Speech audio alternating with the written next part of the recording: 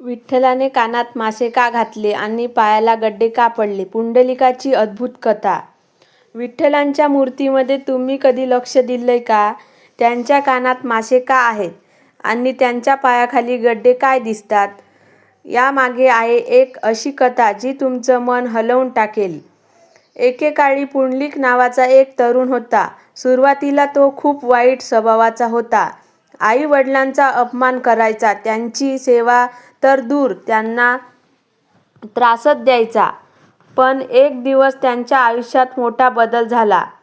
एकदा तो प्रवासाला गेला. तिथे त्याने काही संतांना पाहिलं. ते त्यांच्या आई वडिलांची सेवा इतक्या प्रेमाने करत होते की ते पाहून पुंडलिकाच्या मनात काहीतरी हललं. त्याला समजलं आई वडिलांची सेवा हीच खरी भक्ती आहे. तो परत घरी आला आणि पूर्णपणे बदलला. आई वडिलांची सेवा. आता पुंडलिक दिवसभर फक्त एकच काम करत होता, आई वडिलांची सेवा. त्यांना पाणी देणं, अन्न देणं, पाय धुणं. त्यांचं जीवन बदललं होतं. विठ्ठलांचा आगमन. पुंडलिकाच्या त्या भक्तीने प्रसन्न होऊन स्वतः भगवान विठ्ठल त्याला भेटायला आले. भगवान दारात उभे राहिले आणि म्हणाले, पुंडलिक, मी तुझ्या भक्तीने प्रसन्न झालो आहे. विठेवर उभा का राहिले? पण त्यावेळेस पुंडलिक आई वडिलांची सेवा करत होते. त्याने मागे वळूनही पाहिलं नाही. फक्त एक वीट फेकली आणि म्हणाला, देवा कृपया या विठेवर उभं राहा. मी आधी माझी सेवा पूर्ण करतो. भगवान खुश झाले आणि त्या विठेवरच उभे राहिले. त्यामुळेच विठ्ठलाला विठोबा म्हणतात. विठेवर उभा असलेला. पायाला गड्डे का पडले? भगवान खूप वेळा तिथेच उभे राहिले. ना हलले ना बसले. पुंडलिकाची सेवा संपेपर्यंत इतका वेळ उभे राहिले. त्यांच्या पायाला गड्डे पडले. हे दर्शवत भगवान भक्तासाठी किती सहन करतात.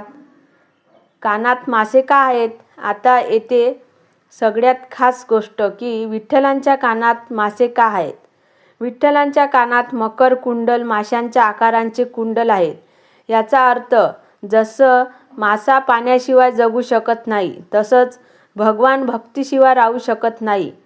आणखी एक अर्थ, मासा नेहमी जागा असतो. म्हणजेच विठ्ठल नेहमी आपल्या भक्तांचा ऐकत असतात, कधीही झोपत नाही. शेवटी पुंडलिकाने सेवा पूर्ण केली आणि भगवानला नमस्कार केला. भगवान म्हणाले, तू मला नाही, तुझ्या आईवडिलांना जिंकलंस आणि त्यांच्यामार्फत मला. आईवडिलांची सेवा हीच खरी भक्ती आहे. भगवान भक्तासाठी थांबतात, पण भक्ताने कर्तव्य विसरू नये. विठ्ठल नेहमी आपल्या भक्तांच्या हाकेला ऐकतात.